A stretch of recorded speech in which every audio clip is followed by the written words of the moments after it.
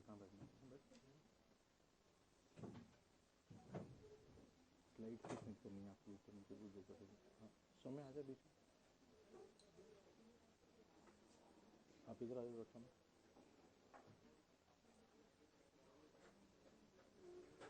Mobiles बंद करो।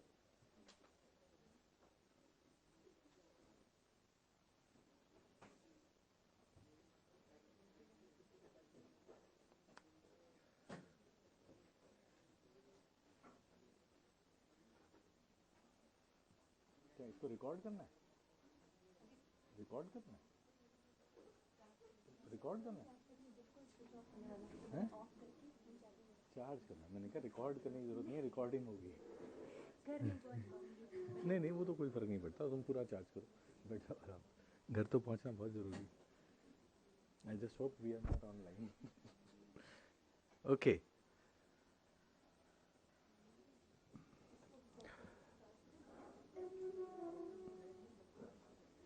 उसको तो ऑफ कर दो।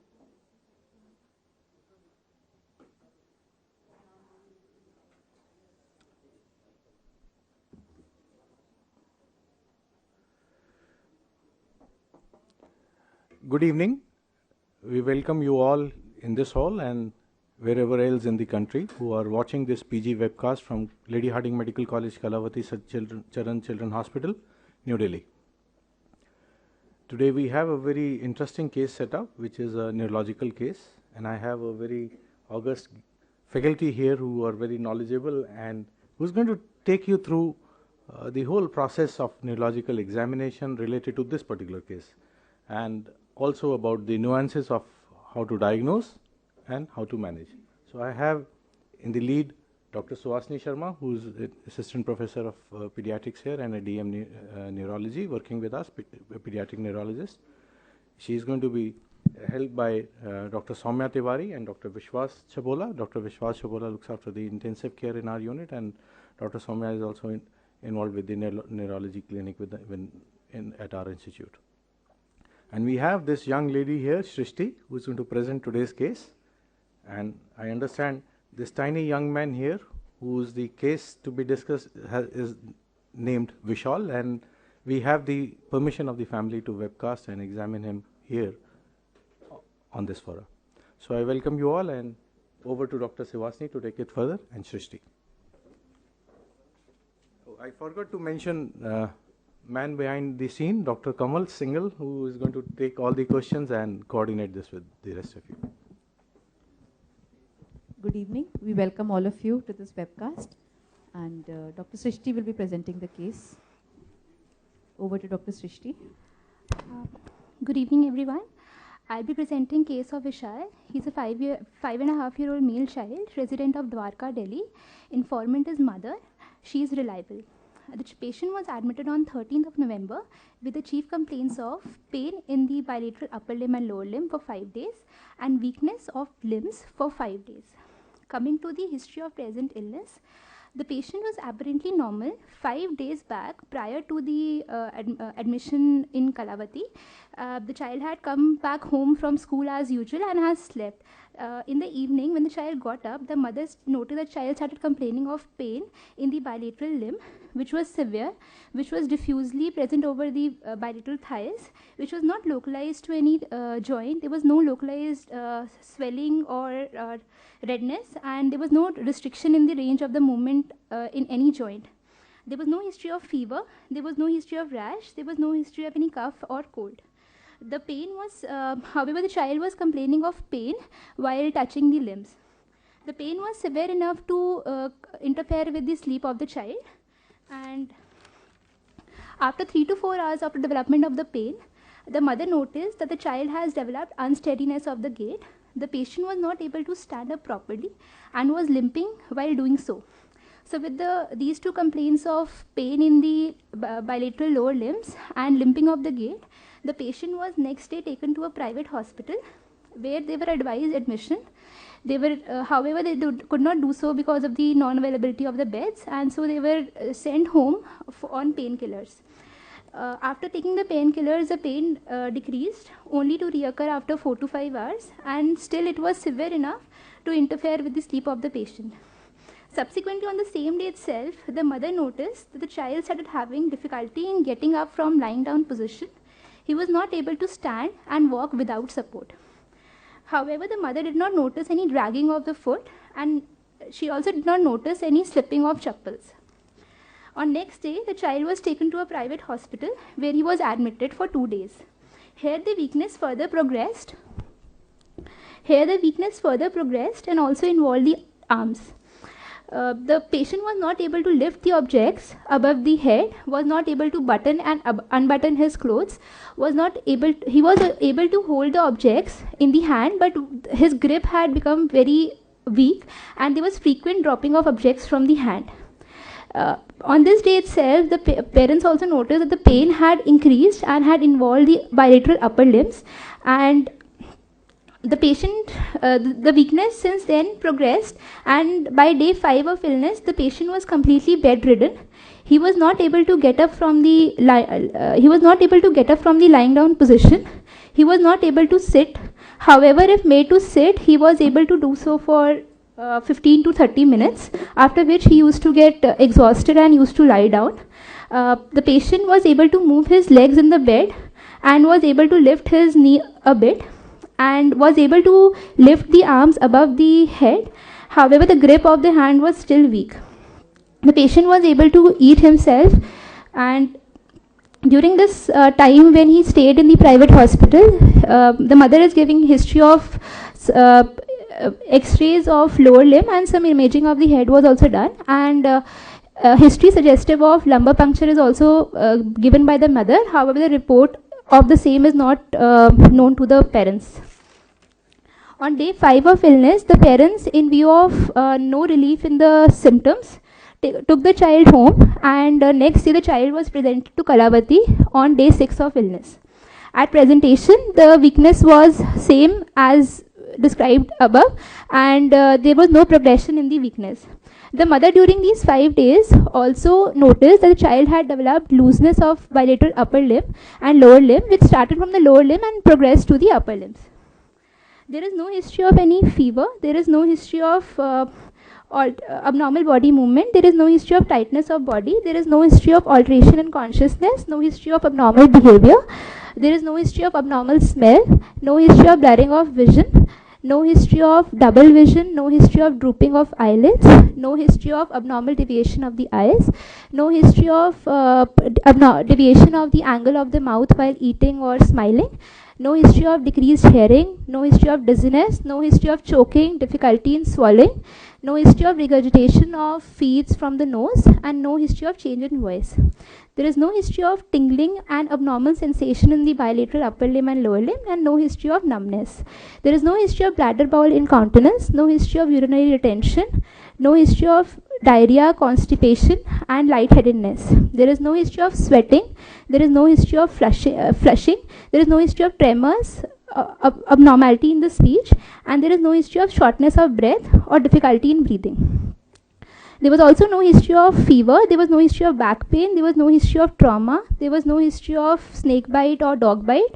There was no history of recent immunization. No history of drug intake or intake of any herbal medications, and no history of rash or pain abdomen. Coming to the past history, there is history.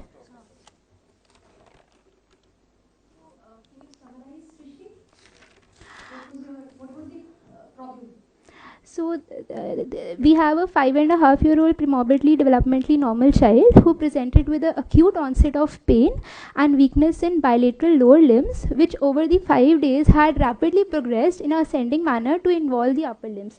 And patient at present, when he presented to Kalawati, was not ambulatory. However, there was no involvement of respiratory muscles or bulbar muscles, and there was no history of trauma, bite, drug exposure, or prior neck swelling, or there was no history of cranial nerve involvement. So you said that the weakness progressed initially, but after coming to the hospital, it has been static or has it improved? Since day 6, when he presented to Kalawati, the weakness has remained static. Okay. It hasn't improved? It has improved from last 2 days. I'll come to that in the course. Okay. Okay. Now, considering the 2 chief complaints that this case has, and you have taken a lot of negative history, trying to rule out a lot of things. Now, you should explain point-wise by which negative history you are excluding what thing. So here we have a child who presented with pain and weakness in the limbs. The causes of weakness, as we can see, the weakness in our tone and everything is controlled by corticospinal tract. So for weakness, we have to rule out all the causes starting from brain to the spinal cord, to neuromuscular junction, to nerve roots, to muscle. So for any abnormal body movements, any tightness of the body, any alteration in the consciousness or behavior is to rule out any intracranial involvement, presence of any meningitis or a brainstem encephalitis. Then to rule out any cranial nerve involvement, I have asked about history of blurring of vision, diplopia, drooping of eyelids. To see any bulbar involvement, I have asked about choking of, drooling of saliva, difficulty in swallowing, regurgitation of feeds, and change in voice. And to see presence of any sensory involvement, I have asked about because if it's a spinal cord involvement, we'll be having early involvement of bladder bowl, we'll be having involvement of sensories, we'll be having sensory level or sensory system. So that way I have asked about history of numbness, any abnormal sensation, and bladder bowl incontinence. And since autonomic symptoms are very common in involvement of during involvement of spinal cord or during involvement of nerve root, so I've asked about history of flushing, sweating, and history of palpitations. And since weakness can also be part of cerebellar involvement, so I've asked about tremors, abnormality of speech, any abnormal body eye movements. Then to rule out the etiology, I have asked about any history of trauma, any history of dog bite, or any history of snake bite, because both of them are known to cause weakness. Then I have asked about any history of recent vaccination, and and any history of drug intake or herbal medication to rule out any toxin exposure. Then I have asked about history of rash and pain abdomen for... Which drugs can cause such a presentation? Ma'am, drugs like arsenic can cause, lead poisoning can cause, then OPC poisoning can result in weakness like this. Those are toxins, but which drugs? Can any drug lead to weakness? Aminoglycosides can lead to such weakness. Very good. Aminoglycosides, even steroids, but not such an acute presentation. But steroids can also cause weakness. What did you mean by vaccination? Ma'am, if there is history of any recent vaccination, I've asked to rule out, because vaccination can be associated with sciatic neuritis, which can result in Any intramuscular injection, and vaccination can also be there in GBS, can also have association with Guillain-Barré syndrome. Dr. Soumya, please use the mic, because the people who are seeing us on net will not be able to hear you. Okay, I just wanted to know whether it is only vaccination or any intramuscular injection, or the two separately. It should be it should be both vaccination and any intramuscular injection. Vaccinations per se, because they can have association with Guillain-Barré syndrome, and intramuscular injection because they can result in traumatic sciatic neuritis.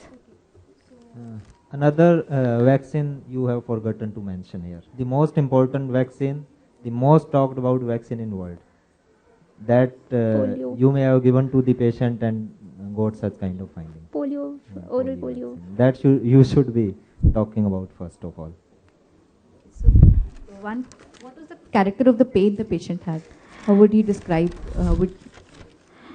Ma'am, the pain is diffusely present over the lower limb. It is severe. It is not localized over the joint. It is not associated with any trauma or localized No, that's redness. there, but can he? He's a small child, but could he describe, because what was it? The pain arising from muscles has a different character. Pain arising from nerves is a different character. So were you able to differentiate? Ma'am, he was not able to tell about any burning pain as such. He was just saying that it's a very sharp pain, and it used to increase when we used to touch the limbs. Okay, so it was more in the limbs.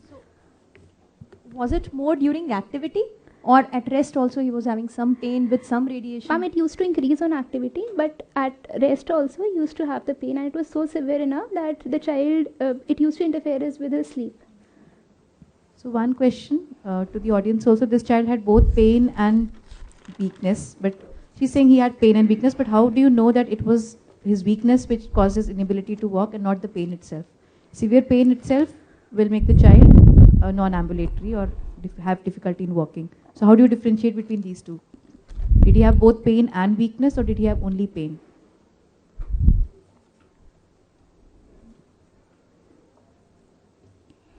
Did you Please use the mic. You have the mic there. Please pass the mic freely.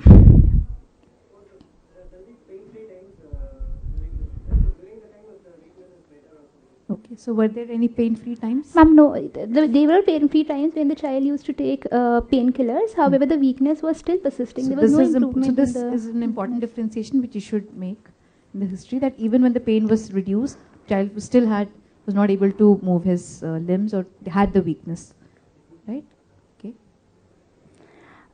Coming to the past history, there was history of a small episode of cough, cold lasting for 2 days. 3 weeks prior to this illness, for which no medication was taken, and it subsided on its own. There was no history of back pain, no history of neck swelling. There was no history of similar complaints in the past. And now coming to the course during hospital, the patient has been admitted with us for last 6 days. During this time, the patient has been given certain painkillers and has been given some oral medications, after which his pain has decreased. However, it is still present, but it is not severe enough to interfere with his sleep activities. And the parents have also noticed that for initial 4 days during the admission, the weakness remains static, but from last 2 days the weakness is improving. From last 2 days, the patient can turn in the bed, he can lift the arms above the head, and he can, even according to mother, he can move his legs and knees more as compared to earlier.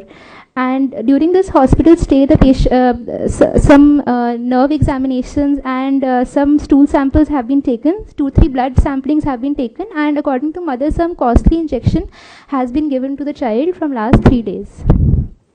Now coming to the antenatal history, the child is born out of non-consanguineous marriage in home. Antenatal checkups were taken, but they were unfrequent. There was no history of any. There was no history suggestive of any fever, rash. There was no history of suggestive of any. There was no history of blurring of vision. No history of epigastric pain. No history of swelling over the body. No history of excessive micturition. No history of bleeding per vaginum. No history of leaking per vaginum. No history of fever. The child was born by normal vaginal delivered at home at proper term gestation, and there was no perinatal adverse events. Now coming to the development of the child is 5.5-year-old. He studies in KG, and in gross motor, his development is appropriate for his age. In gross motor, he can jump off the 3 steps. He can hop on 1 foot. In fine motor, he can copy a diamond. He can dress and dress. He can button and button. He can tie his shoelaces. In social, he can do counting. In social, he can dress and dress. He can play imaginative play. He can brush his teeth and can understand right and wrong. And among the language, he can answer simple questions. He can tell stories and can count till 15. And then coming to his dietary history,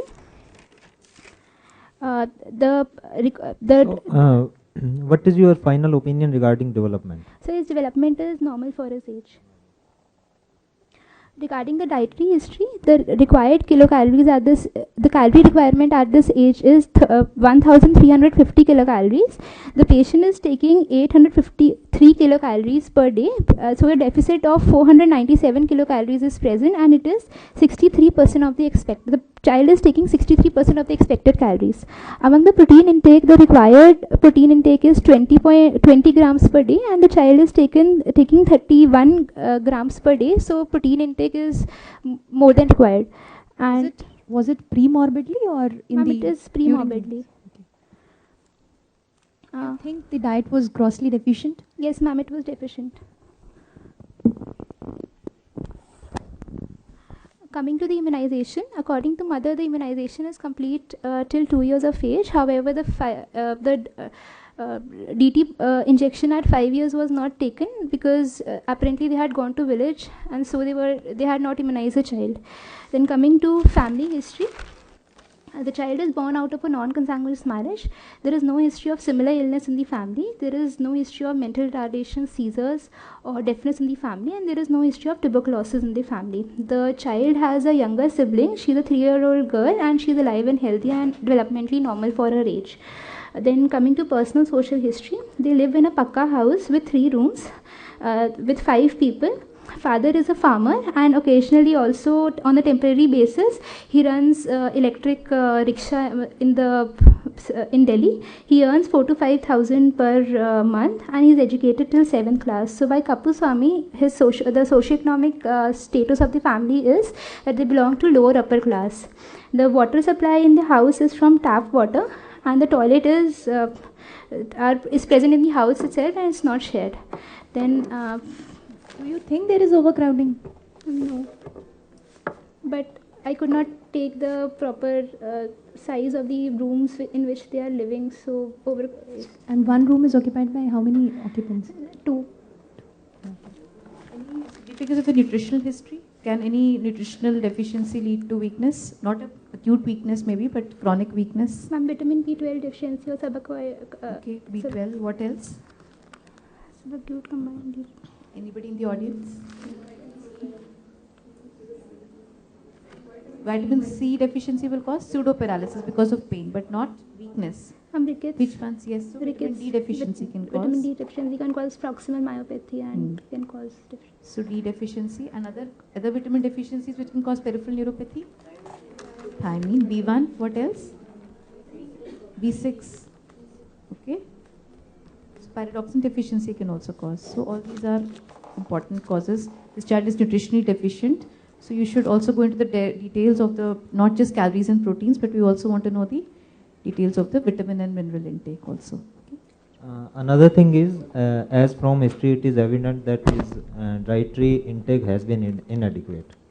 So, any dyselectrolytemia you can think of, which can also present with weakness. So hypokalemia can present with. Another thing, another dyselectrolytemia, which can contribute to weakness. Other Along with the hypermagnesemia can result hypomagnesemia is another thing. Hypermagnesemia can result in. So, a child with hypokalemia who has a poor nutritional background, he can present as an acute onset weakness. So that always has to be kept in mind. Coming to the examination.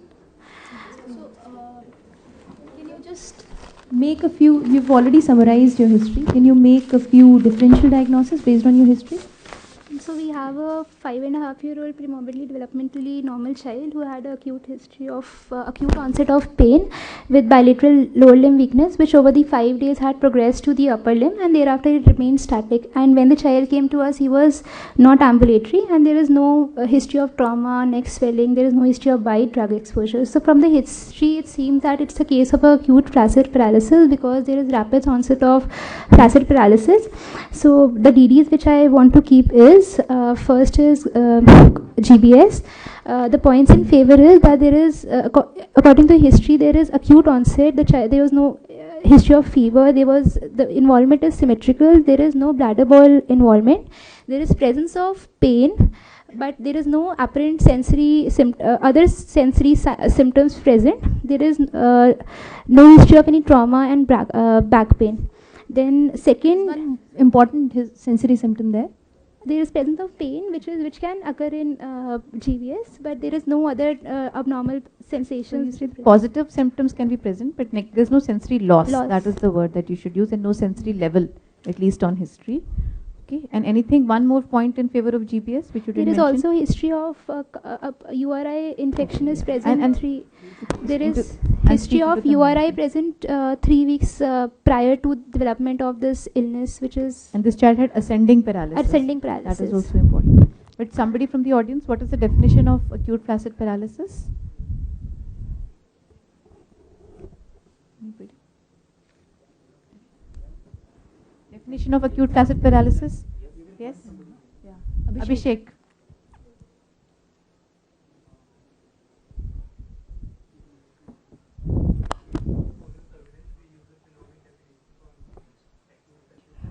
That is age less than 15 years and a weakness in any part of the body which is acute in onset, should be acute in onset, less than 6 months before should be within the 6 month the progression. And 6 months is not as for the onset. and Any patient who comes to you within 6 months of these symptoms, but acute, usually we say this is normally within few days only, but typically less than 4 weeks. That is an acute presentation. and any part of the body which is flaccid, and in the child less than 15 years of age. But if you, and also what else? Should be not be related to trauma and. No, nothing like that. Nothing like that.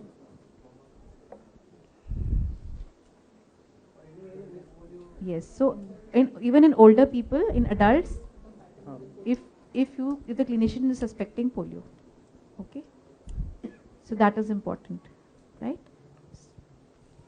Second differential that I want to keep is of transverse myelitis. However, the points going against it is that there is no bladder bowl involvement, there is no sensory loss, and the presence of ascending paralysis also is going against transverse myelitis. Third point I want to keep is of viral myositis.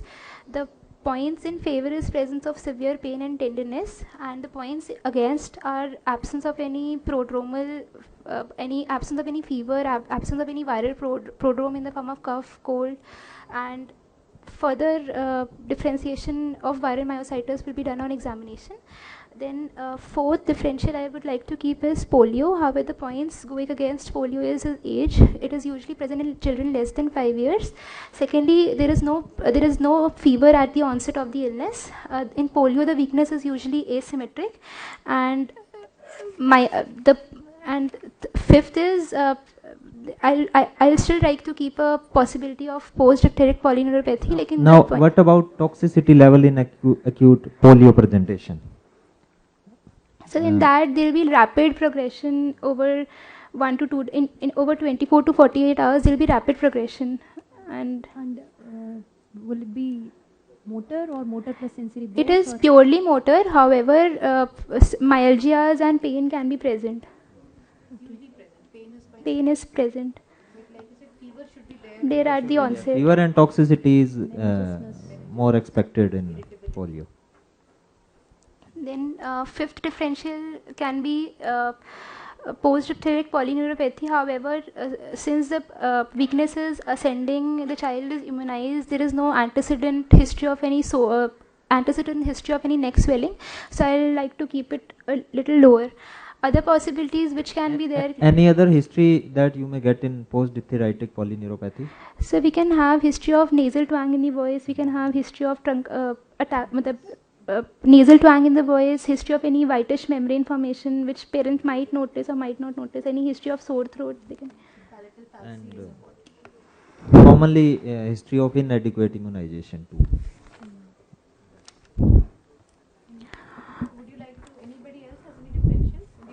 Just to make an announcement, because of a technical issue, we were not able to take questions from the viewers on it. But now it is there. So if somebody has a question, he can just write to us.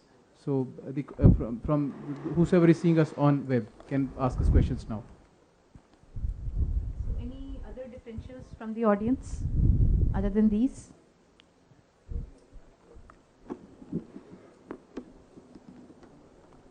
Could it be scurvy? Nutritionally, his intake has been inadequate and he had pain. Would it be scurvy? Anything against it? Okay, so this weakness, and the weakness, child should not have weakness, it should only be a pseudoparalysis. Okay.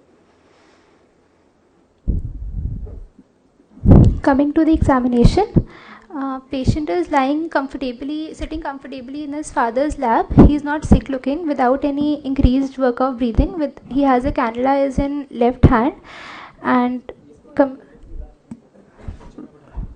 you have to tell on what day of illness you have examined this child. So I examined the child 2 days before and also today. So no, you have to tell on what day of illness you are presenting the findings of what day of illness. So I am presenting the findings on day 11 of illness. Today is day 11 of illness. So the vitals, his heart rate is 94 per minute. The pulse rate is 94 per minute. It is regular. There is no good in volume. There is no radial or radiofemoral delay. The respiratory rate is 28 per minute. The respiration is regular and there is no increased work of breathing. The blood pressure is 94/60, which is taken in the supine posture in the right arm at the level of the heart. It is between 50th to 90th centile, so it is normal. His temperature is 36.8 degree, taken in the right axilla for 3 minutes, and his saturation on room air is 95%. Coming to his anthropometry, his weight is 12 kg as against the median of 19.4 for his age. So it is 61.85% of the expected, and it is less than -3 standard deviations. It is less than -3 Z scores. His height is 100. Since I could not take the standing height, so I took the length and we subtracted 0.7 from it. So the height is 100.3 centimeter. It is less than third centile, and it comes between -1 to -2 standard deviations. His BMI is 12, which is less than -3 standard deviation. So severe thinness is present, and his head circumference is 48 centimeter, which is between -2 to -1 standard deviation. So on the basis of the anthropometry, the interpretation is that he is having severe thinness. Coming to the general physical examination, pallor is present. There is no icterus, there is no clubbing, no cyanosis, there is no lymphadenopathy, and no edema. There is no rash, there is no neurocutaneous markers. Shrishti, on your anthropometry, how do you classify a patient depending on his age? So for children less than, we use BMI for children more than 5 years, and for children less than 5 years, we use weight for height. So that the term is severe thinness, underweight, undernourished. So according to what would you want to use? So according to WHO classification, they have written that from if the BMI is less than -2 standard deviation, it is known as thinness, and if it is less than -3 standard deviation, it is known as severe thinness, and if it is more than +1 standard deviation, it is known as overweight, and if it is more than +2 standard deviation, it is known as obesity. Okay. Then continuing with the general physical examination, oral cavity is normal, and skull and spine is normal. There is no bony tenderness. Since the child presented with a weakness, I'll first start with the CNS examination. Coming to the higher mental functions. Describe the general, your observation, general observation on seeing the patient. Child appears thin-built. And what else? Child is active, he is interested in the surroundings, there is no evidence of any respiratory distress, Okay. and he doesn't appear that sick from... Okay. And what about his attitude of the limbs? He is lying supine with legs lying... in slight external rotation. External There is rotation. no... so the legs are not completely externally rotated. And he There can is flex his flexion arms. at the elbow joints. Then coming to CNS, higher mental function, the child is conscious, oriented to time, place and person. His behavior is adequate. His memory, recent and both recent, immediate and past. Anything abnormal in the high mental functions? No, ma'am. It is So normal. we move on to the cranial nerve. Cranial nerves, ma'am, first was not tested. Second is normal. Bilateral pupils are reacting and bilateral pupils are equal and reacting to light. Visual acuity is normal. Both direct and indirect, both direct and consensual light reflexes present, and fundus was normal. Coming to third. Significance of fundus examination in this patient? Is there any need to do? Yes, Aniket?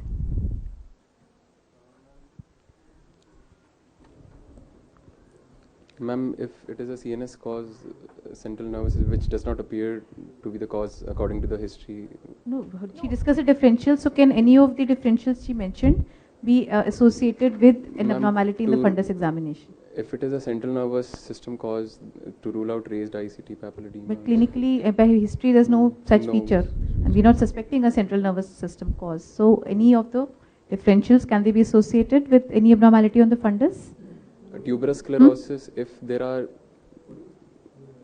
But why would a tuberous sclerosis have flaccid paralysis? Is it normally previously normal child who developed acute flaccid paralysis? Yes, Bhavna, you said something? Like what? Can have fundus abnormality? What kind of fundus abnormality? Yeah. Okay. Okay. You can come here and answer. She's saying that some variants of GBS can have fundus abnormalities. I think probably what she's... Yeah? Okay, so one of the possibilities, neuromyelitis optica was not, but transverse myelitis was a possibility, and sometimes rarely that can be associated with optic neuritis. So it is important to examine the eye for that. And what will you find in the eye if there is optic neuritis? Papillitis, okay, disc edema, and on the pupils, any abnormality? Yeah, so what you see is the relative afferent pupillary defect, okay, which you should test by the swinging fasciitis. Okay, so anyway, that is one thing which you need to look for. What else? So you said what you probably mean is it can be ocular abnormalities, not fundus. So ocular abnormalities in GBS variants? So they can be ophthalmoplegia, right? But fundus abnormality in GBS or GBS variants? Yeah, so Yes. papilledema can occur, very good. 1% of patients with GBS can have papilledema, okay? So that is a reason it is important to look for papilledema in these patients, okay? Then third, fourth, sixth cranial nerves was normal. In the fifth nerve, sensation of the face was normal. Corneal reflex was not done since the child was normal, blinking, and muscles of mastication was normal. Georgia could not be assisted. So would you like somebody from the audience, Chaitra, would you like to demonstrate how we look for eye movements? Patient.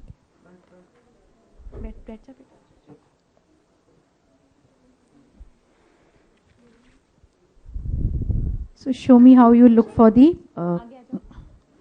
eye movements. Camera dikha hai? Come in the front row. Please come in the front row. So you'll just front show, rows. yeah. It looks like an empty hall. Otherwise, all of you are behind the camera. We have to check in all the 9 cardinal directions, which reflects all the movements of the eye. To start with, we keep with a finger. We ask him to follow the finger and look for the eye movements. मेरे हाथ को देखना है आपको, ठीक है? ये जहाँ पे जाएगा वहाँ पे देखना है, ठीक है? सिर सीधा रख लो. Lateral rectus and the left eye, left lateral rectus. This is the superior rectus and the this is the elevation, abduction. This is the adduction, depression. I'm checking the oculomotor nerve, a third nerve, by elevation, depression, medial.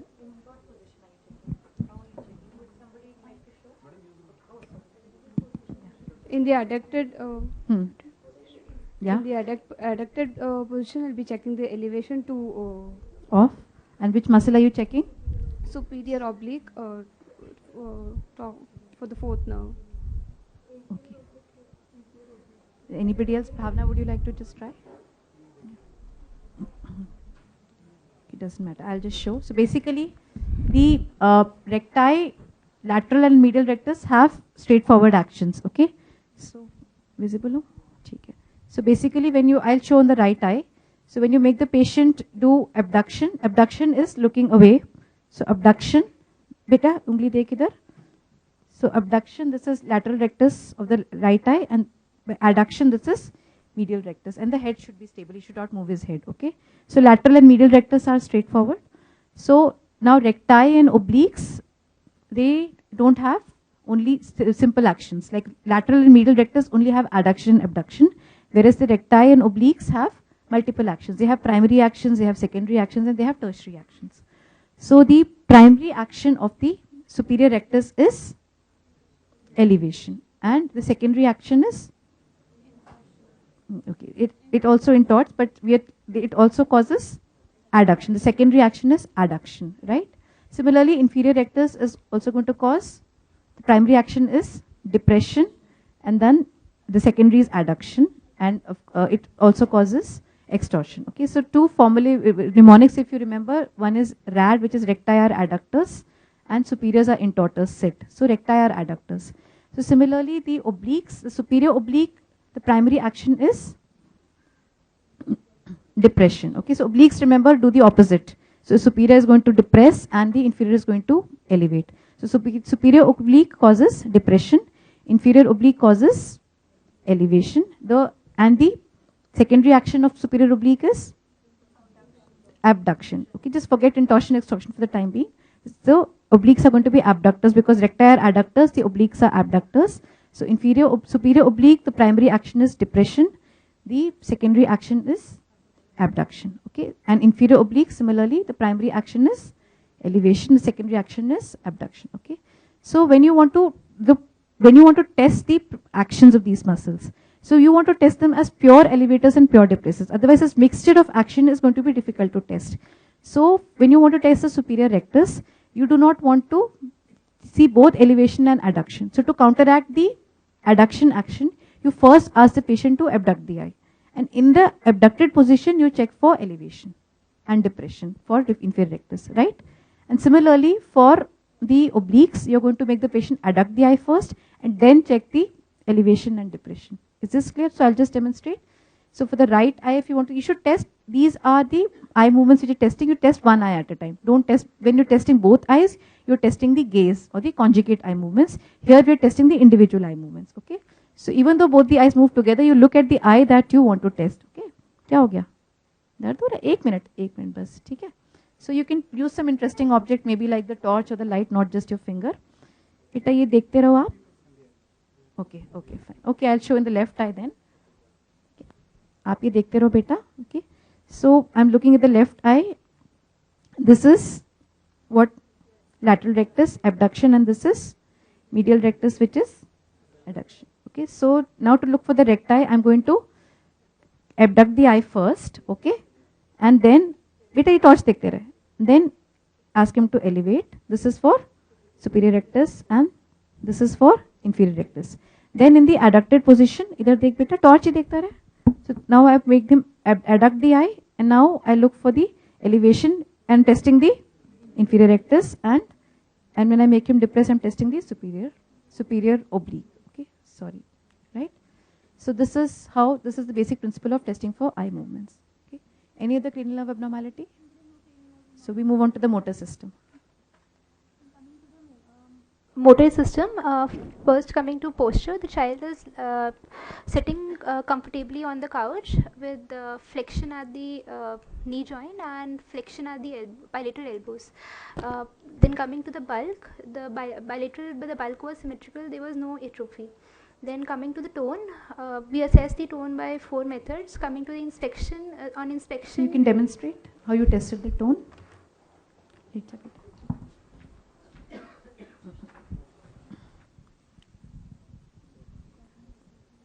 There are 4 methods of tone. There are 4 methods for assessment of tone. That is, on inspection, we look at the posture of the child. Had it been in hypotonia, there is severe hypotonia, there is presence of a frog-leg posture, and in increased tone, there is presence of tonic posturing, or the limbs are present in the hyper-extended position. And as in this child, we can see the lower limbs, they are only slightly externally rotated, and there is flexion at the elbow. So on posture, the tone appears to be normal. There is no hypotonia on inspection. Then we come to palpation. In palpation, you have to see the feel of the muscles. Normally, the feel of the muscles is soft and rubbery. In hypotonic muscles, the muscles become soft and flabby, and in hypertonic, they become stiff. In this child, the feel of the muscle was slightly flabby, so hypotonia is present on palpation, both sides. Then we see for flappability. In flappability, we move the limbs to and fro and check for the movement of the limb. In case of upper limb, basically you shake the limb and you look for the movement of the joints, distal joints. Okay, so when she's shaking the forearm, she's looking at the movement of the wrist joint. Okay, and similarly when she'll shake the leg, she'll look at the movement of the foot. Okay, to see if the range of movement is increased in the joint. In hypotonia, this is increased, and in hypertonia, this is reduced. Okay, and most important, range of motion. The next step is by passive flexion. passive movements. Yeah.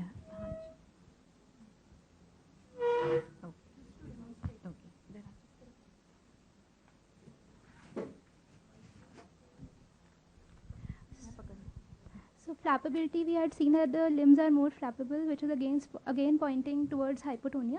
In passive tone, we have to see the movement across the joint. So any resistance to the passive movement, that is what she's looking for. Okay.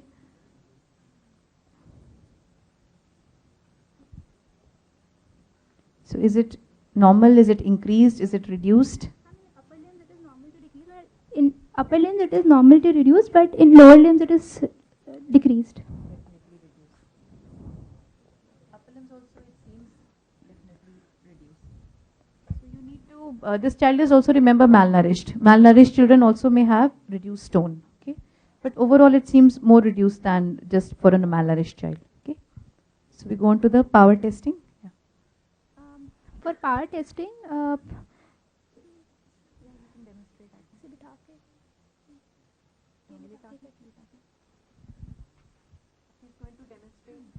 for power testing, what we have to keep in mind is that we'll test various, we do not test individual muscles, we test the muscles in groups, and all the groups, they are tested in simultaneously in different positions. It is not like if we are first testing a muscle in a standing position, then we are testing making a child to sit. We have to examine all the muscles which we can during one posture, and then we have to change the posture accordingly. Before that, can anyone tell the grading which we use for power testing? MRC grading. What is the MRC grading, Shweta? Ma'am, 0 is no movement. 1 is flicker of contraction. 2 is movement not against gravity. 3 is movement against gravity, not against resistance. 4 is movement against resistance, and 5 is normal power. 2 is movement with gravity eliminated. Okay.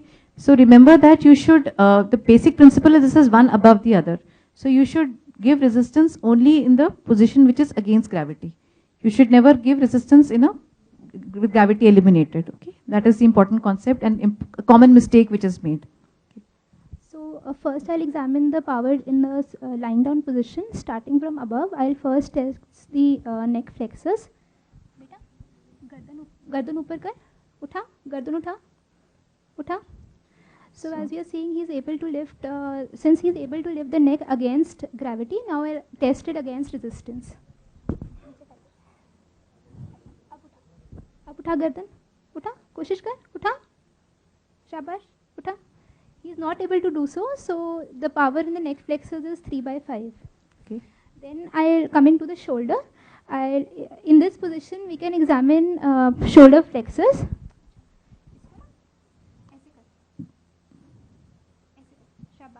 दूसरे हाथ से भी कर, सीधा कर, ऐसे, हाँ कर, ऐसे, इसको ऐसे कर, इसको ऐसे कर, शाबाश. As we can see that he is doing shoulder flexion against gravity, so now I'll be applying resistance. अब दोबारा से वैसे कर, कर, कर, कर. He is not able to do so, so the power in the shoulder flexors is 3/5. Coming to the elbow,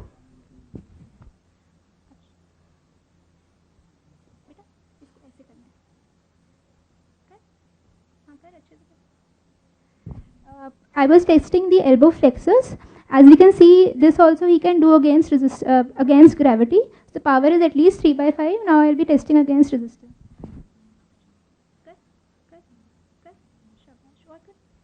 So one thing you need to remember is that you should stabilize the joint proximally. Okay. If you don't stabilize, the patients may use a lot of trick movements, and other muscles which are not weak may help. Okay. So you should stabilize the joint either by sprinting it against the body or by holding the joint. Okay. That is the important thing you need to remember. So in the lower limbs, any muscles you can show in this position? Ma'am, in this position, I can test for I can test for hip flexors. Hip flexors. Show hip flexors.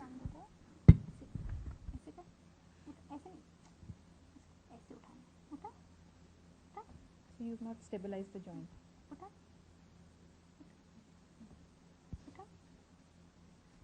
Okay, so completely to it. It is 2 by 5 only. It is not 3 by 5. He is only doing it to know. Against gravity, he's not able to do fully. Okay. So try with gravity eliminated. Just keep. You'll be trying. Okay, we can go to the side lying position here. So in the lateral position or side lying position, she'll be able to test certain muscles. Let's check with the flexors. Check with the hip flexors only. बेटा विशाल पैर को ऐसे ऐसे करना है. ऐसे ऐसे करो. लिखे जाओ. हाँ शाबाश. आगे करो. So now the range of movement is better, and his power is 2 by 5 definitely. Okay. In this position, we can also check for shoulder. In this position, we can also check for coming to the shoulder. We will check for shoulder abductors. बेटा इस ऐसे वहाँ पे देखो. इसको ऐसे करो. करो. So it is at least 3 by sorry. She's holding the mic also. That's why I'll hold the mic. अच्छा बेटा हाथ ऊपर करो. Stabilize the shoulder. हाँ ऊपर करो. हाँ अब नीचे करो. ऊपर करो. So we can see that it is at least 3 by 5. Now I'll be applying resistance. अच्छा अब कर ऐसे सीधा कर ले. हाँ अब कर ऊपर कर. ऊपर कर. ऊपर कर. 4 by 5 minus. It is. Don't go into the minus and plus. I think it's enough to know the basic grades. But basically, remember that let's see that she's using 2 fingers only. Okay. Remember, you should apply the resistance proportionate to the child's age and nutrition level. If you use all your strength against a child's strength, you will always be stronger than the child. Okay. So depending on the age of the child, so 2 fingers is appropriate. If the child is not able to take this resistance, then I would call it only 3 by 5 and not 4 by 5. Okay. In the hip joint, any muscles you can test? Yeah. We can hip abductors and hip adductors. विशाल बेटा पैर सीधा हो जाता है. ठीक है. इसको पैर को ऐसे करना है. करो. ऊपर लेके जाओ. लेके जाओ. लेके जाओ. ऐसे. तो ऐसे. करो. करो ऊपर ऐसे लेके जाओ. He's not able to do so. The next step is to eliminate gravity. How will you eliminate gravity? Yeah.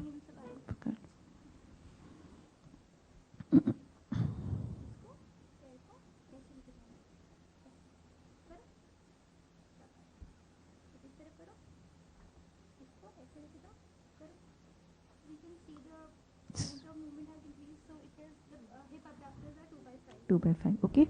So remember that always first test against gravity. If the patient is able to do against gravity in the same position, apply resistance and do.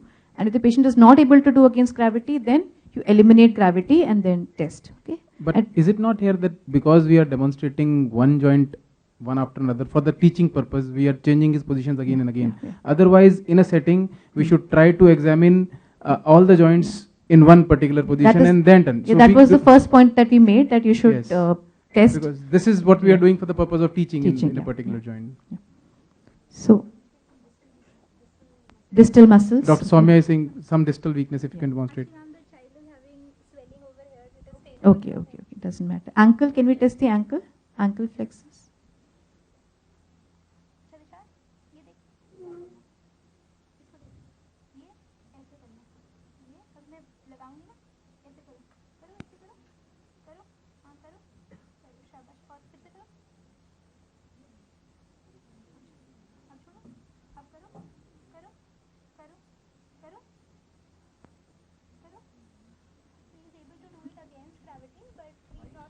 He's able to do it against gravity, but he's not able to do it against resistance. So it is 3 by 5. Ankle dorsiflexor, the power is 3 by 5. Okay.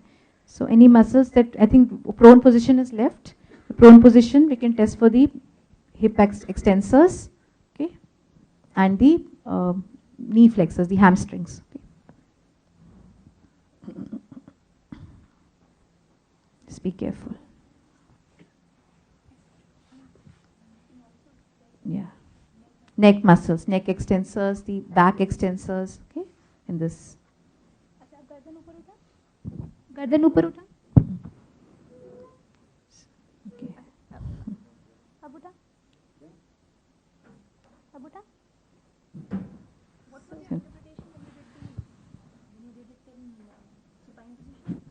ma'am is asking you the interpretation when you did it in the supine position. Neck flexors were 3 by 5. He was not able to flex against resistance. And in neck extensors, he is able to extend against resistance, so it is 4 by 5. So neck flexors usually also are weaker as compared to the neck extensors, and in most neuromuscular diseases, flexors are more affected than neck extensors. Okay. Then another muscle which we can test here is we can test the hip extensors and we can test for knee flexors. बेटा इसको ना ऐसे लेके जाना है, इसको क्या करना है, इसको ऐसे लेके जाना है, ऐसे करो करो करो. So we can see that he is not able to extend the hip against gravity. So we will be trying it against with gravity eliminated. That will be done in the later in the sideline position. Knee flexors. अच्छा सुन, इसको ऐसे करना है, कर कर कर कर, शाबाश, नीचे कर, अब कर. He is able to do it against gravity. Now we will be applying resistance. अब कर कर कर कर, शाबाश, करो. So he is not able to do it against resistance. So it is 3 by 5. Okay, so we'll just finish off with the hip extensors. So, and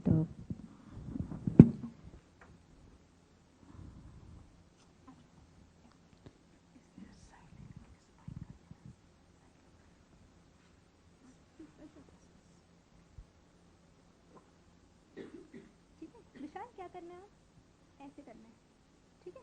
ये पैर को सीधा करके ऐसे लेके जाना है, ऐसे कर, इसको ऐसे लेके जाना है, ठीक है. लेके जा,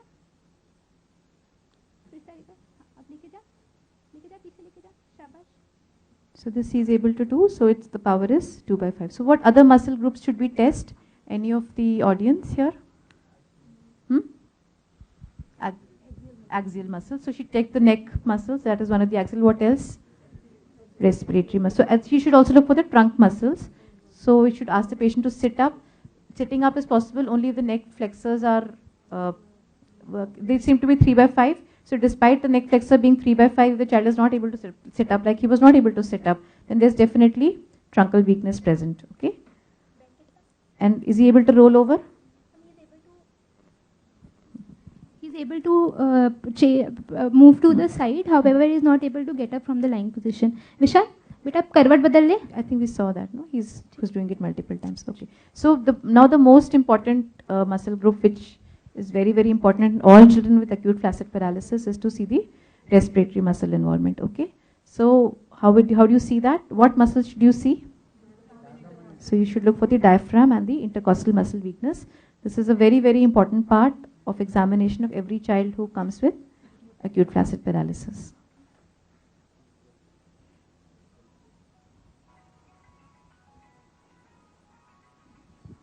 So first we'll expose the child, and first I'll be testing for intercostal muscle weakness. For testing for intercostal muscle weakness, I'll be first splinting the diaphragm. And if after splinting the diaphragm, if the work of breathing is, if there is intercostal retraction or work of breathing is increased, it indicates that intercostal muscles are weak. Similarly, for checking for diaphragm weakness, we have to splint the intercostal muscles. And if the work of breathing is increased or abdomen is going inward on breathing, it's paradoxical respiration. Paradoxical respiration is there, it indicates that there is diaphragmatic weakness. So first I'll be testing for intercostal weakness.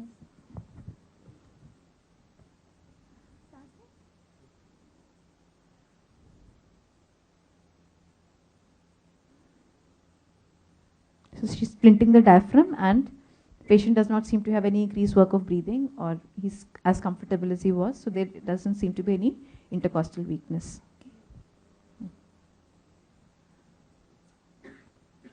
Now she's splinting the intercostal muscles.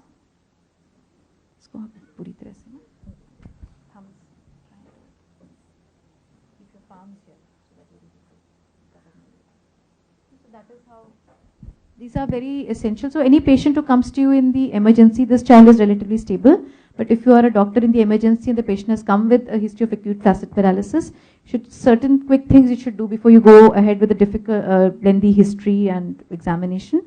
So one important thing is the respiratory muscle involvement, bulbar weakness. This child does not have any bulbar weakness.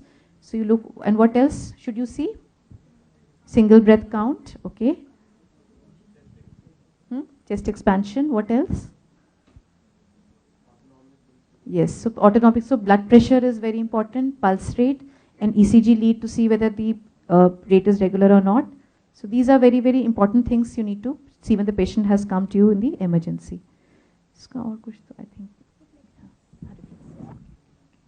So what do you gather with your examination? Was the proximal muscle weakness more or the distal muscle weakness more? So after examination, we have seen that there is hypotonia, and the weakness is more proximal as compared to distal, and it is more in the lower limbs as compared to upper limbs. Okay. Now coming to the reflexes.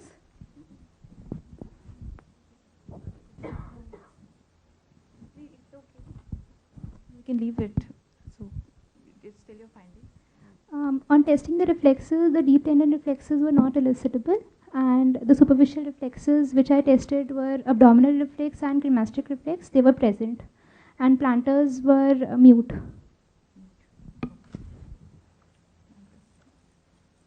Test the plant. Can you just show the plantar testing?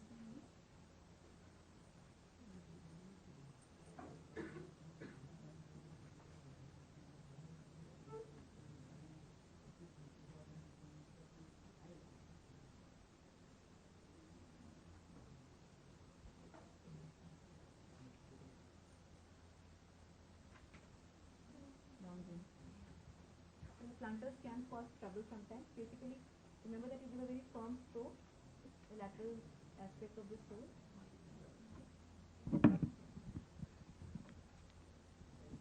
Okay, so this is a flexor plantar response. Okay. So other systems, sensory. Other systems, sensory system was normal, cerebral system was also normal. On autonomics, nervous system examination, there was no flushing, there was no sweating. BP, as I've already told, is normal. There was no orthostatic hypotension, which I checked by checking the BP in lying down and in sitting position. So there was no autonomic instability present. Then among the cerebellar signs, I could, since the child is having weakness, I could only test for nystagmus, and since he is able to do, I tested for finger nose also, and there were no signs of cerebellar involvement were there. Then what if this patient has cerebellar signs? What will you think? Does our differential diagnosis change? Mic for these people. They have a mic.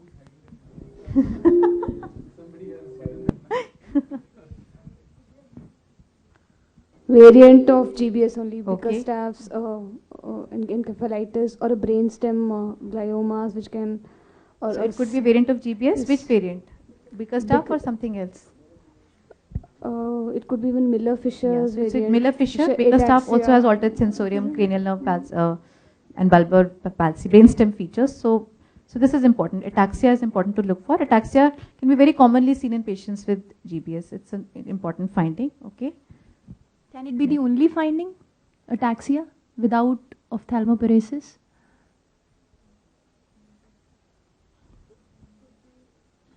Without any limb weakness? Would you consider Miller-Fisher? It can be a Yes. variant. Yes. Meningeal signs?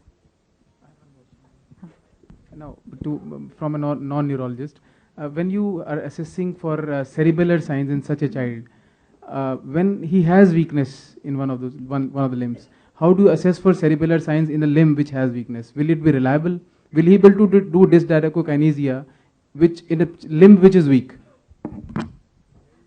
So these signs will not be reliable if we are testing them in a weak limb. That's why I tested only for nystagmus. Yes. So if the lower limb is weak, you will not be able to assess for those signs. So it's not that we have seen all and it was there. So we have tested looked for all- nystagmus, which can be seen. But in a weak limb, to say whether this ataxia is because of weakness or because of cerebellar, it will be difficult. Dr. Suhasini would maybe. It would be difficult, but if the weakness, you have to again see what is the level of weakness. If it's a mild weakness, the patient still has significant cerebellar signs, then it is significant. But with a very severely weak limb, the patient will not be able to demonstrate any features of incoordination. But some features, like she said, nystagmus, dysarthria, if there is no bulbar weakness, these are features in favor of cerebellar lesion. Okay. Meningeal signs are present or not? Meningeal signs. Can you just tell, are they there? In this will be GBS again, because the points in favor is that there is acute onset of first of all acute onset of flaccid quadriparesis. Second, it is symmetrical involvement. Third, there is ascending involvement in this. Proximal is involved more than distal, and first there is involvement of lower limbs followed by weakness in the trunk, and then involvement of the upper limb, and then there is presence of areflexia, and these are all points going in favor of GBS after the examination. And as I've already told, there is history of a query cough cold history 3 weeks prior to the onset of weakness, which is again going in favor of GBS. After this, my second differential that I had kept was transverse mellitus, but now points against transverse mellitus is that there is no bladder bowel involvement, there is no sensory level, there is no autonomic system instability, and it comes a little lower down. Then third possibility of mine was viral myositis. The points that was in favor was tenderness. However, the points which are going against is that the reflexes in viral myositis are relatively preserved, and the patients usually have a proximal myopathy, and there is absence of any fever or viral prodrome, which is again going against viral myositis. Then my fourth differential was polio, which is again ruled out because points in favor is that it is a pure, on examination there was a pure motor involvement. However, the points against are that there is the toxicity of the child is not that much. In polio, there is rapid progression over 24 to 48 hours. There was asymmetric involvement, and there was absence of fever at onset. So your first possibility is your again, even after examination, your possibility is GBS. Now you have examined this case on day 11 of illness, and you are finding complete areflexia. Suppose you examined same patient when he had illness of 3 days. What kind of finding, neurological finding, you can find on testing for reflexes? What other findings you can find in early illness in GBS? Is it always areflexia from day 1, or hyporeflexia can be there? They need not be areflexia. In initial stage you may find some reflexes present, some reflexes not present, but that doesn't rule out GBS. Okay, actually actually what happens is GBS as a disease has 3 phases.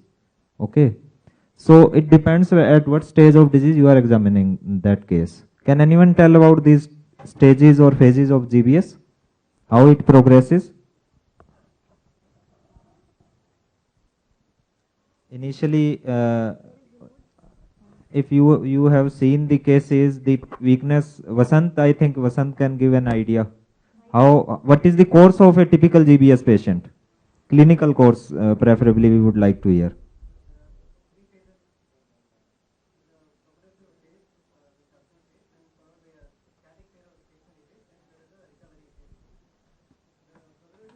Usually lasts for 1 to 2 weeks. It can go till 4 weeks. The static phase also lasts for 4 weeks. Then there is a 4 weeks of recovery phase. So the progressive phase is a phase where the illness usually manifests as weakness. It can be rapidly progressing, usually ascending type of weakness, where the weakness progresses rapidly in 1 to 2 weeks. Followed by there is a phase. So this particular case, what do you think he is in? Which stage of his illness right now? He is in the static phase right now. He is static phase because his weakness is no longer progressing. He had increase in weakness for some time. Then he has entered into that static or plateau phase, what we call it as. Okay, and maybe illness has been modified. You are saying he has received some treatment. Maybe the natural course of illness has been altered by the treatment that has been given to him. So how will you investigate this patient? Ma'am, first of all, since the child has severe thinness and was appearing to be anemic, I'll get his routine CBC with the peripheral smear. Then I'll get his electrolytes level. I'll rule out hypokalemia to be on the safer side, and then if hypokalemia is ruled out, and then I'll go for lumbar puncture and nerve conduction studies. In lumbar puncture, I'll be looking for albuminocytological dissociation, and in nerve conduction studies, depending on the various types of GBS, we can have decreased conduction velocity, decreased prolonged latent distal latency, absence of F wave, decreased amplitude, temporal dispersion. So if Srishti, you told us that the LP, some CSF examination was already done when the child presented to us. Before that, some CSF examination was done. So do you think that would be, that would help in making the diagnosis in the first week if it is done? Lumbar puncture, if done during the first week, is usually not that helpful in GBS. The albuminocytological dissociation is not present in the first week. The proteins can be normal in up to 85% patients during the first week. So it is said that about 50% of patients will have albuminocytologic dissociation in the first week and about 75% in the second and third week. So it is better that you do it after the first week. So, but this patient already came with the report done. So, do we have the report? Who is looking after this patient? Shilpa, yeah. What is the report? Take the mic. Take the mic, yeah.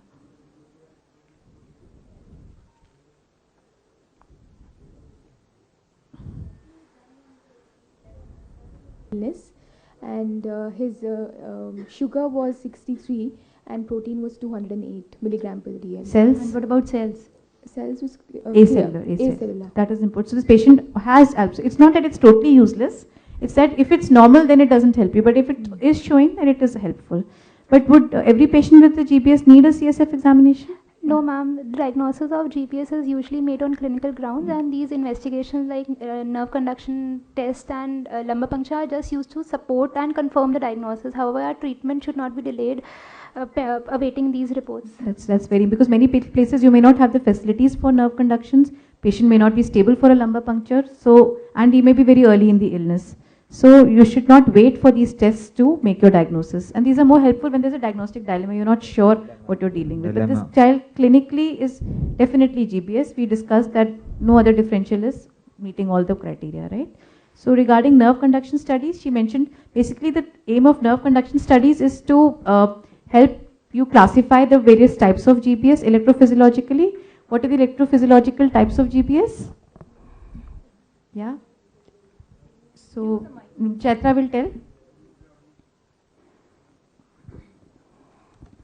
Axonal motor neuropathy, axonal motor sensory type, and acute demyelinating type. So basically there are two broad types. It's either demyelinating or axonal, depending on the type. So I'll just tell you briefly about how all these terms that you people read in reports, what they mean. It's a very brief discussion.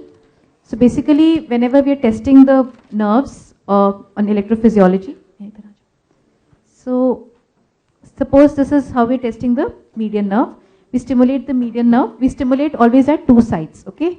So we stimulate at the wrist and at the elbow, and the site which is nearest, and we record at a muscle, okay? This is recording at the abductor pollicis brevis muscle.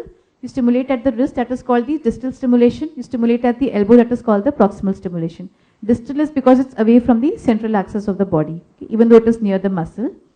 So this is what this diagram was trying to show. You stimulate the nerve, and when you stimulate the nerve, you get a muscle contraction, okay, which is called the muscle action potential. Okay, this is not a single muscle fiber which is contracting; many of them together contract. So that is what we call a compound muscle action potential. So whenever you stimulate a nerve, you get this, what is called the stimulus artifact. This is the current. Then the current takes some time to reach the muscle. Then the muscle contracts, and you get this, what is called the muscle action potential. So the measurements that you're reading here is, one is the latency and one is the amplitude, okay, of this muscle action potential. And then you do it another time. You first do it distally, like you measured at the wrist, and then you again stimulate it at the elbow and see the compound muscle action potential. And the proximal one is going to take some time because the current has to travel a longer distance to reach from the elbow to the muscle, okay. So it's otherwise going to look the same. Only thing is it's going to come a little late. Okay. So this difference we are interested in, the difference between the distal latency and the proximal latency. Why? How will these measurements help us? So this helps us to calculate the conduction velocity. So the measurements that you're going to see is one is distal latency, and the difference, so velocity is distance over time. So you divide this, the distance, you measure the difference between the 2 points where you're measuring by a measuring tape, and you divide this by the time between the 2 latencies, and you get the conduction velocity. The machine does it for you, you don't have to do it, okay? So the other measure, so you're familiar with now 3 terms, one is distal latency, one is conduction velocity, and one is the CMAP amplitude, okay? The 4th term that you come across is the F wave. F wave is another small wave which follows the compound muscle action potential. If you give a very high current, okay? If you give a high intensity current, you get a compound muscle action potential, and after some time you get the small wave which is called the F wave, okay? And this is done repeatedly, you do it some 10 times, you keep giving the current, and after the muscle action potential you'll see a small wave which is the F wave. The genesis of this wave is that whenever you stimulate a nerve, suppose you're stimulating here, and the majority of the current is going to go to the muscle, and you get the main action potential. But a small part of the current is also going to go antidromically. It is going to go all the way to the anterior horn cell and then return back and stimulate the muscle. So all the way when it goes and comes back, this amount of the current is very small. So the amplitude of the F wave is going to be very small, and it's going to take time. It's going to take time to go all the way to the anterior horn cell and come back. So there is a latency. That is why it is following the muscle action potential, okay? So this latency also may get prolonged in GBS, and these F waves may be absent. So in early GBS, remember that GBS is a radiculopathy. The nerve roots as well as the peripheral nerves are involved. So this is the only way to test these parts, the nerve roots. So in early GBS, the only finding that you may find is absent F waves, okay? So just to summarize the types, you have the 3, basically demyelinating and axonal. The axonal is further classified into a pure motor variant which is called AMAN, acute motor axonal neuropathy, and a sensory and axonal variant which is called the acute motor and sensory axonal neuropathy, or AMSAN. So the findings that you see are in acute inflammatory demyelinating polyneuropathy, you have prolonged distal latency, reduced conduction velocity, conduction block that I'll just talk about, and absent or delayed F waves. In acute motor axonal neuropathy, basically the velocities are normal, the latencies are normal, all that is abnormal is the amplitudes are reduced, okay? And in AMSAN, both the sensory and the motor amplitudes are reduced, the velocities are normal, okay?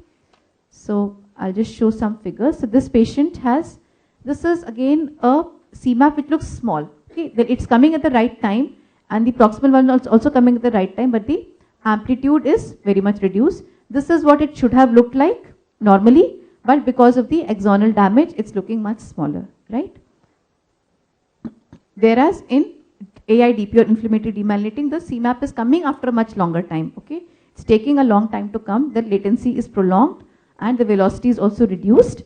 And what is conduction block is when the CMAP amplitude of the proximal CMAP is much smaller than the amplitude of the distal CMAP, okay? So this is what it should normally look like, and it's coming much later. Normally the amplitude CMAP would have come here, but it is coming much prolonged. That's why the latency is prolonged.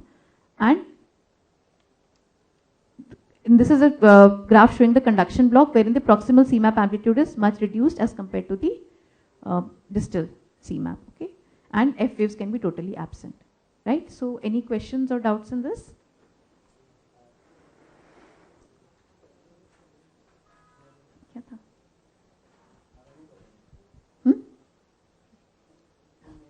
नहीं आपसे नहीं Any questions? So audience questions? Okay, so we move on. This is an important investigation. So just to know how to interpret the reports, what other investigations will help? As I said, LP, NCV, and since this child is not having any bladder bowel involvement, no sensory levels, so in this patient I will not be doing an MRI, but if a confusion would have arisen regarding a sensory level or a bladder bowel involvement, I would have gone for an MRI spine also, in which we see thickening of cauda equina, and it is 95% sensitive for GPS. And nerve root enhancement. It will help you to rule out myelitis, and it may pick up some features which are in favor of GPS. That's how MRI would help. Okay. So another thing is many of these patients at the time of admission may need a chest X-ray to be done also. What are those reasons that you would consider doing a chest X-ray in some of these children? So in patients who have bulbar weakness, they can have drooling of saliva, they can have they can have aspiration pneumonia, and because of that, they can have findings can be present on the X-ray in the form of aspiration pneumonia. And secondly, some patients of GBS who have been chronically ventilated, they can have some nosocomial infections. So for that, we can get a chest X-ray done. Now, what about management part? Any case of like this patient, when the patient would have come first time, any such patient of GBS should be admitted.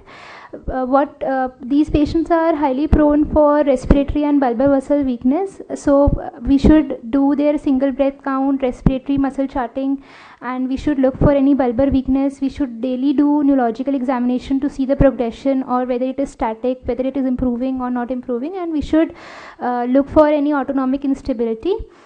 Since this child was not able to ambulate, hence he is a candidate for giving IVIG administration. What are guidelines?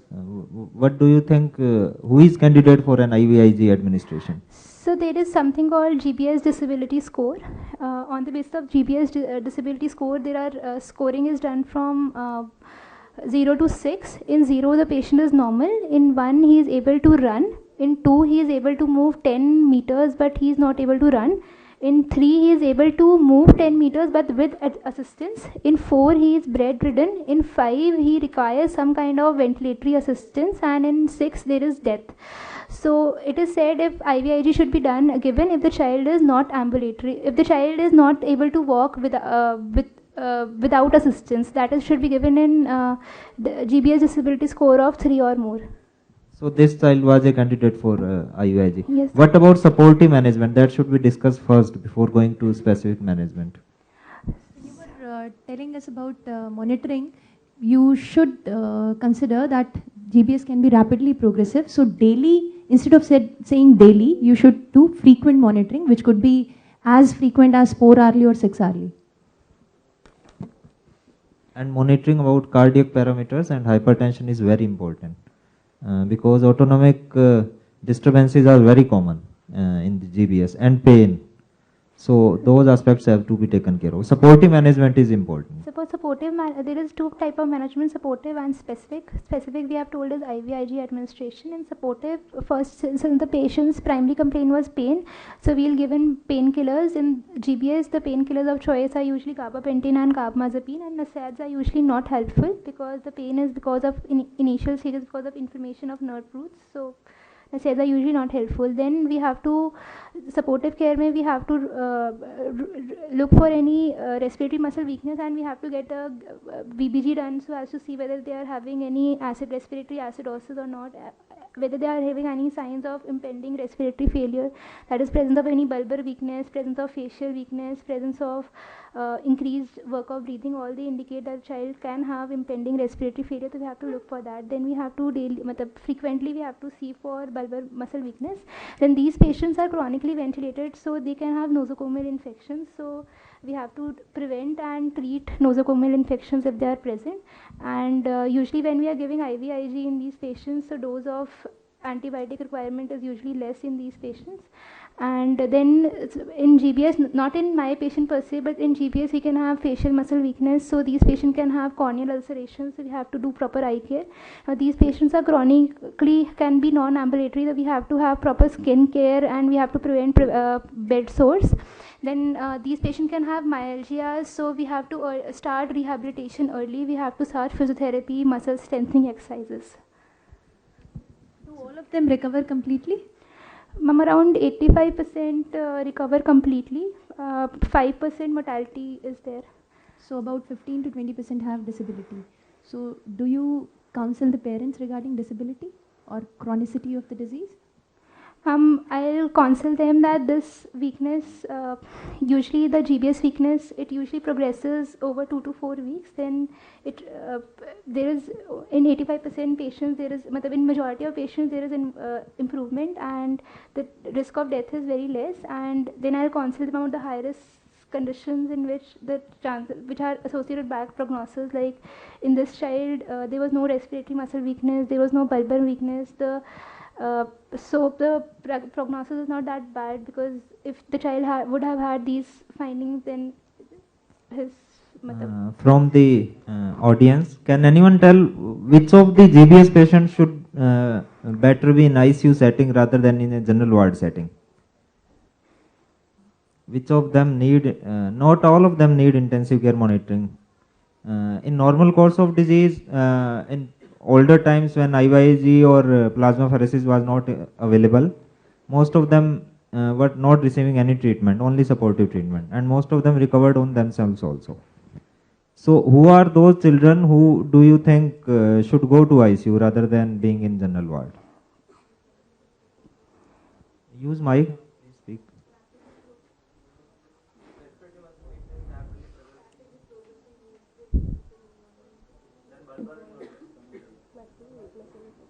Any other indication? Maximum weakness at the initial presentation. Autonomic instability is important thing, because many of them may have some arrhythmias also. So the children who have flexed quadriparesis or four limbs involved flexed, they have high risk of going into respiratory failure and autonomic instability, and the children with respiratory weakness, they should be preferably taken care in ICU. You talked about IVIG. Is there any other modality that you can think of can help in these children? So we can use plasmapheresis also. The recent studies have shown that both plasmapheresis and IVIG are equally efficacious. However, plasmapheresis, in our setting, it requires costly equipment. It requires proper IV lines. And sepsis is a potential side effect. But efficacy-wise, they both are equally efficacious. What do you think, which is more costly in a child who is of 15 kg? Plasmapheresis or IVIG administration?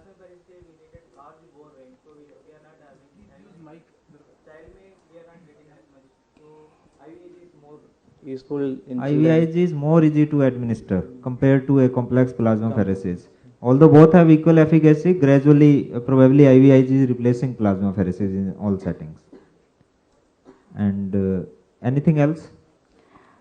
So there is no role of steroids. The recent and can you give both IVIG and plasmapheresis? Sir, we can give, but if we will give now, first initially we have to give plasmapheresis, then we can give IVIG, because if you will give IVIG, then we will do plasmapheresis, it will wash out. So we can give. Actually, it is not needed in most of cases that you need to give both of them. It is true that you should not be giving IVIG then giving plasmapheresis. But doing plasmapheresis first, then giving IVIG has not shown any added benefit too. So you do one thing, whatever is available, preferably IVIG, which is more and more replacing plasmapheresis. What about the prognosis? What about ventilation of these children? Sir, usually these patients, they have respiratory muscle weakness, and per se their lungs are normal. So if required during the initial stages, if there is no aspiration, so these patients usually can be managed on a PSIMB mode, and they require minimal pressures, they require minimum FiO2 requirement. And while ventilating, we have to make sure that we don't have to give them muscle relaxants, because then it will become difficult to extubate them. And for sedation, we should use only midas, and we should not use deep sedation in them. And regarding then, these patients can have aspiration pneumonias, and in that the picture can be as severe as a ARDS. So in that, the patient can have high requirement of pressures, and ARDS like picture can. What about nutrition and feeding? So this child needs proper nutritional rehabilitation. They have to be started as early as possible on maybe orogastric, nasogastric feeds. Nutrition has to be taken care of, and only then, because many of them, because they are bedridden for a longer duration of time, may develop some myopathy also. So good nutrition, prevention of dyselectrolytemia is important. So any questions from the audience? Okay, other than this patient, especially in this patient, we've already given, say, IVIG. What other components for his management would you like to consider, add? Ma'am, since the child is having was anemic and was also having severe thinness, so I'll like to first build him nutritionally. I will see what is lacking. But since his diet was calorie deficient, so I'll advise them to eat more calorie-rich the food. So nutrition needs to be taken care of. His anemia needs to be taken care of. What else? Ma'am, then rehabilitation has to be done because early. Because So rehab measures. So you'll start early range of motion, posture change, and early mobilization. This child is able to sit up at least. So one has to, one thing you need to be careful is that you should not leave him sitting for long periods. He may develop postural hypotension. That's important. Any other thing that we need to take care of in his? Skin care and eye. Skin care. Fine. You also had pain. Do you want to do anything for his pain? Gabapentin. Gabapentin. Okay, you should start a gabapentin or carbamazepine is a good agent for neuropathic pain. And then we need psychological counseling and prognostication and all that. Fine. So questions. Okay, somebody has asked, did you guys do conductions and EMG to phenotype the syndrome? We have done a nerve conduction study, and this patient has shown a demyelinating type of polyneuropathy. We don't do EMG, we do nerve conduction studies. Then real world differential diagnosis of GBS, which has been discussed. And types of GBS also have been discussed. We discussed the electrophysiological types and the GBS variants. Somebody asked what is Miller-Fisher syndrome, what has already been discussed. And they've also asked what is your experience in post-vaccination GBS syndrome. We don't commonly see post-vaccination. So, and Dr. Swami, want to add something about the literature of vaccination? Yeah. Which vaccines were associated, was observed to be associated with GBS? Two vaccines have been associated. Initially in 1970s, they had seen that there was an influenza vaccine. After the introduction of influenza vaccine, the number of cases of GBS had increased. However, in the last pandemic, so in 2009 pandemic, this was rubbish. This was not there. No Secondly, meningococcal conjugate vaccine type 4 is also said to be associated with GBS, and so they had said even the national IAP schedule still says that if the child has a history of GBS, we should not be giving the meningococcal conjugate vaccine. That is important to know. That if the child has a history of GBS and is a candidate for meningococcal vaccine, then it should not be given with this background if he has a history of GBS. Okay. Okay, so any questions? Yes, Aniket, please use the mic. Please pass the mic.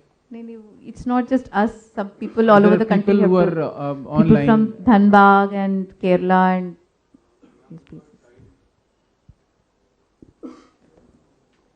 If a child presents late to us, from the time of onset till what time can we give IVIG and it has benefits?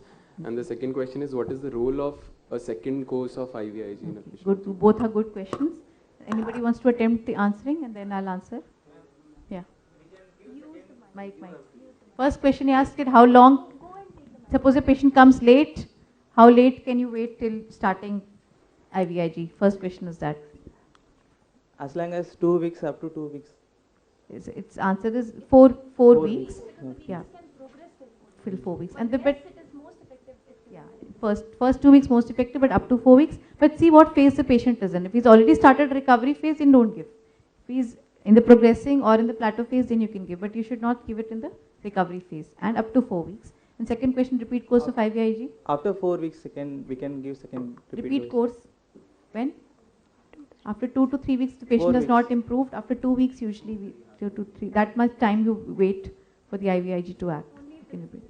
Yeah, and the patient has not improved at all, yeah, or is progressing despite IVIG. Any other question? Ma'am, without IVIG, can we manage by respiratory supporting itself? See, when these treatments were not available, most of them recovered on themselves. But IVIG definitely reduces the time to recovery. So it is worth giving. Morbidity is much reduced, need for ventilation is much reduced. So we shouldn't be waiting for disease to resolve by itself. It will resolve by itself with time, but it takes a long time. No need to put patient on unnecessarily ventilation which is a more invasive intervention rather than giving IVIG. Although it is not cost effective, may not be cost effective, but still ICU prolonged stay is more costly than a dose of IVIG that you would give to your patient. Maybe in a different setting, it depends on setting to setting. Maybe in a setting where ICU is fairly available and buying the drug for a parent may not be possible at times. Maybe in a situation, but yes, an extra stay in ICU has its own problems. It can, you know, there are infections and there are other reasons for it to get prolonged. So yes, we know giving IVIG will reduce the duration of stay in ICU. One, maybe it will prevent the patient to go on to the ventilator. But in a bigger, if you see the bigger picture, if it is possible to give IVIG, give IVIG. But remember that not all the mild GBS they don't need. If the patient is able to ambulate with support, then they don't need. Don't think that every GBS will need IV. The Miller-Fisher syndrome will not need. So not everybody needs, but the patients who lose the ability to independently ambulate definitely need. Some people who've got bulbar palsy, respiratory, definitely, they definitely need. Rapidly progressing, definitely. Yeah, treatment. Treatment is the same. Treatment remains same. Treatment it will recur, sir. How many will recur? 7% 7% will recur. So it's not very common in children, but occasionally we do see some children who come with a recurrent GBS. So I think we have covered all the questions that we have from people on the net and from who are attending here. So I think at this time I would want to thank first of all Shrishti for such a nice presentation. I think we should thank our patient who has been very kind and they have allowed us to do his examination. One of the best patients to have. And I would, in the exam of course, I would thank Dr. Soumya, Dr. Vishwas, Dr. Suhasini for a very nice discussion of the case. So with that, thank you everybody. Thank you everybody who is watching us on net and from Lady Hardinge Medical College in Kalawati Children's Hospital. Thank you. Thanks.